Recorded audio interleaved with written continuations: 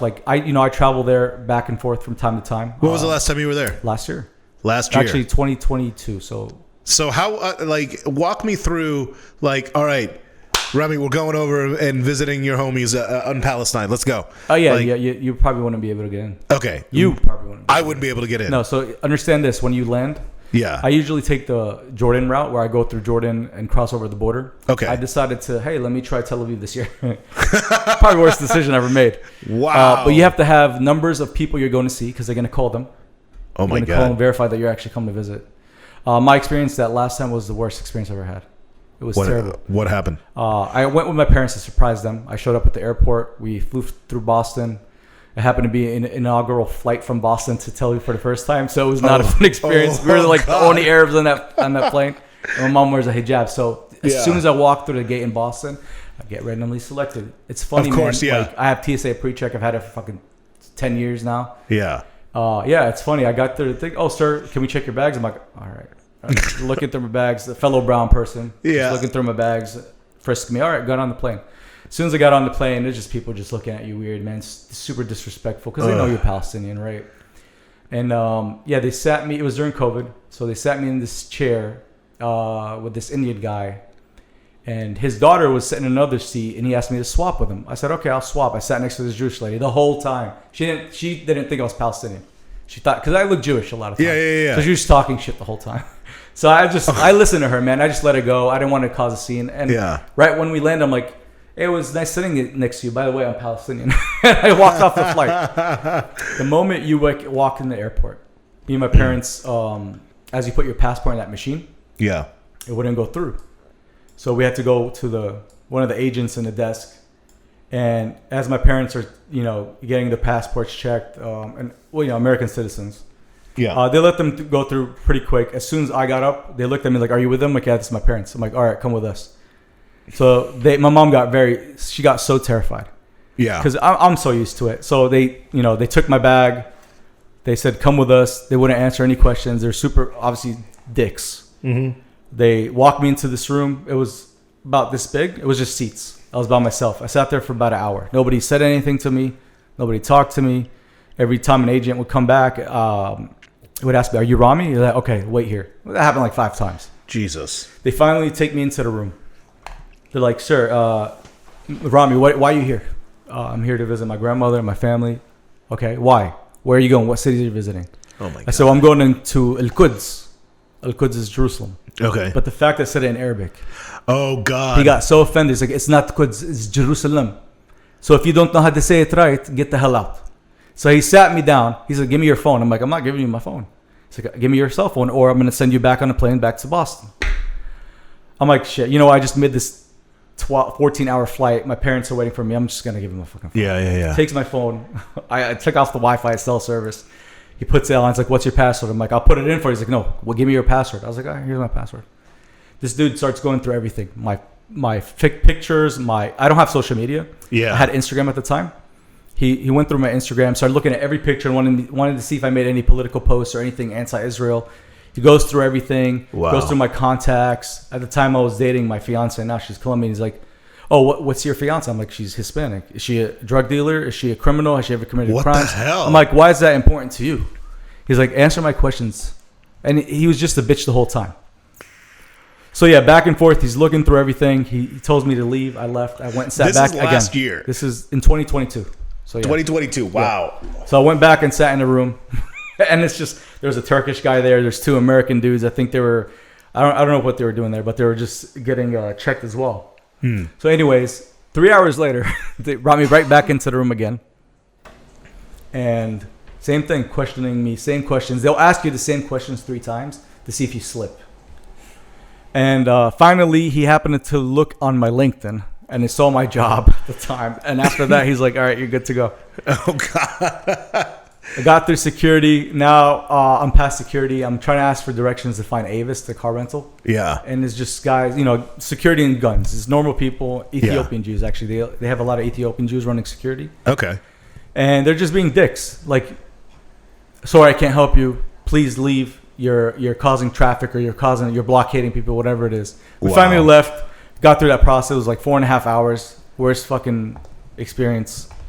Finally got in my rental car and drove into the West Bank, which is another experience as well. Yeah. So let me ask you this. Yeah. How, because these guys are, it seems like they're always looking for someone, for a terrorist. They're always looking for a resistance fighter or a terrorist or whatever you want to call them. No, what they're doing is they're trying to make your life hell so you never come back to visit. That's their ultimate goal. So their ultimate goal is just, okay, so it's like, okay. It's the sundown town. It's an extreme version of a sundown town. Exactly. My experience leaving was worse than coming in. So that's 7-hour ordeal. So I got strip searched. You got strip searched on your way home? As I'm leaving the West Bank, I have to go through the checkpoints, which is you're crossing over into Israel officially. Yeah. As I drove into my rental car, and I do this on purpose, I put my Ray-Bans on, I put hip-hop music.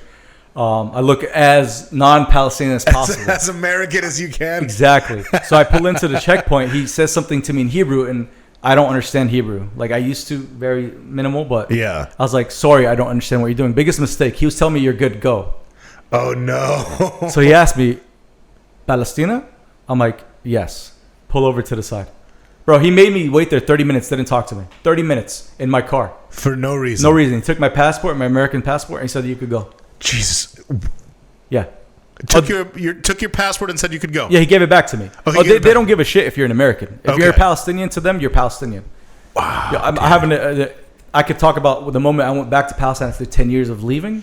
Yeah. First experience when I was a 22-year-old. I was an asshole, right? Yeah, of course. This guy, I told him, you know what? I made a comment. I'm like, that gun you have is for my tax money. Right? Oh, shit. He took my American passport. I kid you not. Threw it on grabbed, stepped on. It's like, I don't give a fuck if you're American. We don't care about you guys. We own you guys. I swear to you, I am not making this shit up. Wow. But anyways, on my way back in 2022 in the airport, going in first, to go into the airport, there's huge security. Like, you have to go through huge security. So I pull up my car. Lady pulls up my passport, looks at my name. Obviously, Rami Muhammad Alawi. Sir, go through this line. My God, here we go. I pull up to the security checkpoint. They make me open my hood on my rental car, open the trunk. They said, leave your phone in the car. I'm like, fuck that. Put it in my pocket. They made me open everything. They searched the car for bombs, dog sniff, whatever it is. They made me go into a room. They looked at all my bags, opened everything up, made me go through a metal detector. Then they sat me down for like another 30 minutes for no reason. I'm asking them, hey, can I go? Are we good? They're like, we'll call you when we're ready. And they're just sitting there doing nothing. It's like 6 soldiers. Just chilling. They want to elongate your process. Yeah. Anyways, I finished that. I go return the rental car, get in a bus to the airport. I got there 3 hours early, and I did that on purpose because I already knew I was going to go through a lot of checks. Yeah. So as Delta finally opened up their checking process, I get to the counter, and the lady's like, "Are you checking any bags?" And I'm like, "Just this one." She's like, you want to check in your carry-on?" And she looked at me. She's like, "Check in your carry-on." She was an American agent. She was kind of hinting to me, it's better off if you check it in so they don't harass you. I checked it in. I get my ticket. Now I go through a main security, their TSA. And it was an Ethiopian Jew. So I figured, oh, sweet. She's part, because, they're treated differently too there. Oh, Ethiopian Jews? Black Ethiopian Jews, yeah. They're treated differently by other Jews. Very racist. Where are they in the totem pole? They're like right above us. Okay. Like they're below the Israeli Jews, the white Jews, but they're like right above us. They're very racist in Israel. Like if you're a black Jew, they're very racist towards you. Anyways, I figured like, okay, she's going to let me through. Yeah. You got to go through this line. I'm like, son of a bitch. So I get to that one line. They go through my backpack. They start swabbing when they swab you in the U.S.? Yeah. They swabbed every single inch of my bag. I pull out these iPods. And the guy was like, "What is this?" He's like, "It's headphones." Like, "What is it?" It's headphones. You listen to music. He's like, So he put it through a machine. He's checking it. He's never seen headphones before. I'm telling you, it baffled the hell out of me. So this is like 10, 20 minutes into it. They're like, "Okay, now we got to search you." Ironically, their machine wasn't working. The little radar machine. Yeah. It wasn't working on my turn. I said, "Okay, you need to go." They put me in this little black box with curtains. Yeah. The guy walks in. He's like, "You need to strip. You take out your clothes." I'm like, "I'm not taking off my clothes." He's like, "You need to take your clothes off now." So I took off everything except my boxers. I refused. Yeah. After, I kid you not, after I did all that, they said, "Okay, go." They didn't even check me. They legitimately just made me take off my clothes, put it back on, and then go sit. That took an hour and a half. That whole process, just the first part of the security. How? Okay, when I go to the airport here, I get there 2.5, 3 hours before. If you're Palestinian, show up 3 to 5 hours early. Wow. Because this is through Tel Aviv, though. Yeah. So, anyways, as I finally finished that part, now I go through that part where where you take a picture of you and it opens up glass doors. Yeah. Mine hit the red X. I'm like, son of a bitch. No. Here we go. Made me go to a counter. They're asking me, so what were you here for? They start listing names of people. Oh God. Right? Do you know this guy's name? Do you know this guy's name? I'm like, fuck I know these people's names. I'm like, oh God. So I was like, no, sir, I don't know them. All right, go sit down. So they make me sit down. Oh my God. Then this soldier, high-ranking soldier, walks out. He's like, Rami Alawi, come here. I go into this room. It's like glass. So they go through my passport and asking me, hey, have you been to any other countries in the Middle East? I'm like, no, I think just Jordan in 2016. He's like, do you think or do you not know? I'm like, no, I've been to Jordan. He's like, okay, go sit down. This sounds... 10 minutes later, come back in. Have you ever committed crimes in America? Are you a criminal? Have you ever been arrested? Ticket violations. I'm like, why does this matter to you if it's in the U.S.? He's like, and I'm giving him an attitude back at this point. Of course, I was fed up. He's like, okay, go sit down. The third time he comes back in, he's like, okay, you're good to go. So I go through. I finally made it through. This has now been 5 hours. Jesus. Haven't even made it to the gate. Oh my God. So I finally make it to the gate area. And I went to the Delta agent, which was Israeli agent at the time. And she couldn't find my ticket. My seat. All of a sudden. I was like, ma'am, it's in my phone. It's right here. Oh, I can't find it. Go sit down. People are boarding. I called Delta. Oh my God. And Delta, if you hear me, fuck you. I called Delta. I'm like, I'm having an issue. I can't get on the flight. They say they can't find my flight. They can't find this and that. What do I do? It's like, all right, we'll call the agent now.